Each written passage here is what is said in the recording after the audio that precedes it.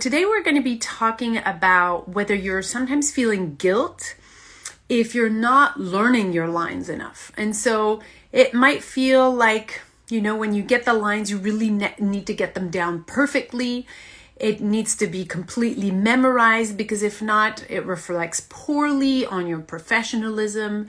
And you may think that that's the minimum that you could do as an actor, is to know your lines perfectly. If not, it's like you didn't do your job right. It really feels like it might be the minimum that you could do, is to know them. So you're spending a lot of time on your lines. And by doing that and by, rehearsing and repeating them a lot, you're starting to get in a rhythm of how the scene should go. And you're starting to reduce your freedom. And also when you're doing that and you're spending so much time on your lines, because if you don't, you feel guilty. Well, you're not really paying attention to the artistic side of things. You're not really spending time on the character, on getting to know them, on making choices that work for you and that are unique for you. So if you don't spend enough time on your lines, you feel guilty. And if you do spend enough time on your lines, and in my opinion, it's too much, you're going to feel drained. You're going to feel tense. You're going to be thinking about the lines all the time when you're auditioning or taping or when you're on the set. So it takes you away from being the character, and suddenly you reduce your acting work to memorizing perfectly the lines, right? So actually what I would like for us to do today is to look at the reason why that's happening. And actually, it's not because of the lines. The reason why you feel guilty if you don't know them perfectly is because the good student in you is still feeling like you're at school. So what's happening, what we're actually dealing with, the real root of this problem, is that you're still conditioned. You've been conditioned and wired and programmed in a school system that says you need to do exactly as you're told, and then you need to regurgitate it perfectly. If not, there's consequences. If not, you get bad grades, you get devalued, you get shamed, you get punished. You get, bad feedback from your parents who receive your report card. So basically what's happening is that your conditioning sucks you into a mechanism that is so far away from art. It takes you so far away from art, and it leaves you in a little box, afraid of not knowing your lines. And you're reducing your job, your artistic job, and your capacity to have fun with it, to homework, to learning lines and doing it so well. So if you don't spend all of that time trying to be the good student, you feel bad because you're going back to that place when you were at school where you felt like, oh, I need to do everything that I'm asked to, and I need to do it really well the way they want me to do it. If not, I'll suffer the consequences. But you're now an adult, and this is not school, and the core of your job and your purpose as an actor is not to know lines well, because actually anyone could do that, right? Your purpose as an actor is to be fully alive and open and have enough space inside of you so that you can allow the character in. And when you have your character in, those lines are seamless. They're no longer lines. They're words that get you to your character's objective, where you've put something personal in there. So you're seeing how different it is. If you're spending too much time on your lines, you get closed into a rhythm that kind of cages you and prevents you from being free. And if you don't spend enough time on your line, you're feeling guilty because your old wiring is telling you you always have to do what the authority asks of you. So you're stuck.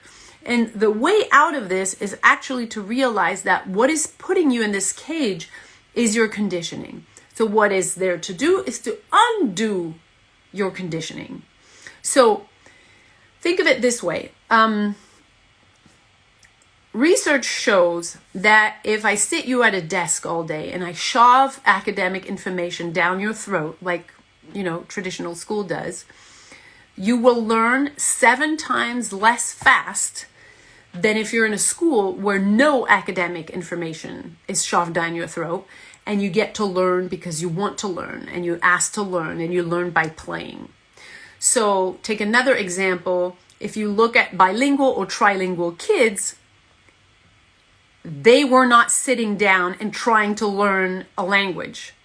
They're just actually getting it inside of their system because they're wanting to interact and communicate with their different parents who speak different languages. So no one ever needs to learn. If you get to a place where you're unconditioned, meaning you're open, you're instinctive again, there's enough space for you to welcome your character in and to really get close to them, to really put your unique perception of your character and unique choice on what and why they're really wanting to do what they do. And when you know that and it's personal for you, the words are only helping you to get what you want to get. And so you don't have to learn lines. The words will come out organically, which is why some people like Meryl Streep only reads her text once and then she knows it, because it's not about memorizing. There's something much more interesting to do that will leave you free and that will leave you enough space to make artistic choices and not just, I'm going to get this text in, I'm going to shove it down my throat, and then I'm going to hope for the best.